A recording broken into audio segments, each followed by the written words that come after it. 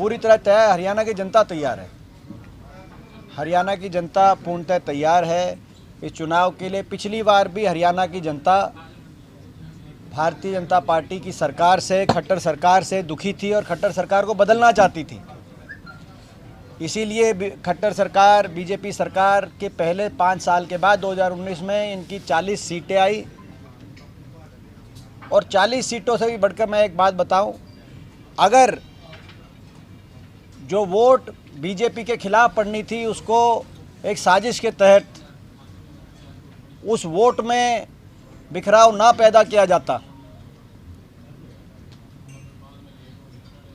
JJP, इनेलो, ये पार्टियां BJP के खिलाफ जो वोट पड़नी थी उनको जमना पार बीजेपी को करेंगे, जमना पार जैसे नारे ना देकर उन वोटों को नहीं बंटवारा नहीं पैदा करती। जो वोट जेजेपी को पड़ी, मात्र वो वोट अगर कांग्रेस पार्टी को पड़ती तो कांग्रेस पार्टी की 61 सीट आती। और अब भी मैं आज आपके बीच में आपको ये बताना चाहता हूँ, इनका समझौता पहले भी ये था कि वोट में बिखराव, बीजेपी के खिलाफ वोट में बिखराव पैदा करके बीजेपी की सरकार बनने का रास्ता बनाओ, जमना पार का इस टाइप का नारा दो। और अब भी इनका समझौता, जेजेपी और बीजेपी के समझौता तोड़ने का समझौता हो चुका है। मैं आज आपको एक जानकारी दे रहा हूँ, इनका समझौता तोड़ने का समझौता कर चुके हैं कि समझौता तोड़ें और अपने उम्मीदवार खड़े करें, ये अलग खड़े करें। इनेलो जैसी पार्टियां जो बीजेपी का साथ दे देकर एक सीट पे आ चुकी हैं, वो अलग खड़े करें। और किसी तरीके से जो बीजेपी के खिलाफ आज हरियाणा के अंदर 2019 में भी ये माहौल था, मगर उस बीजेपी के खिलाफ वोट को दोबारा से किसी तरीके से उसमें डेंट पहुंचाया जाए और बीजेपी को दोबारा से चंडीगढ़ की सत्ता पे बिठाया जाए।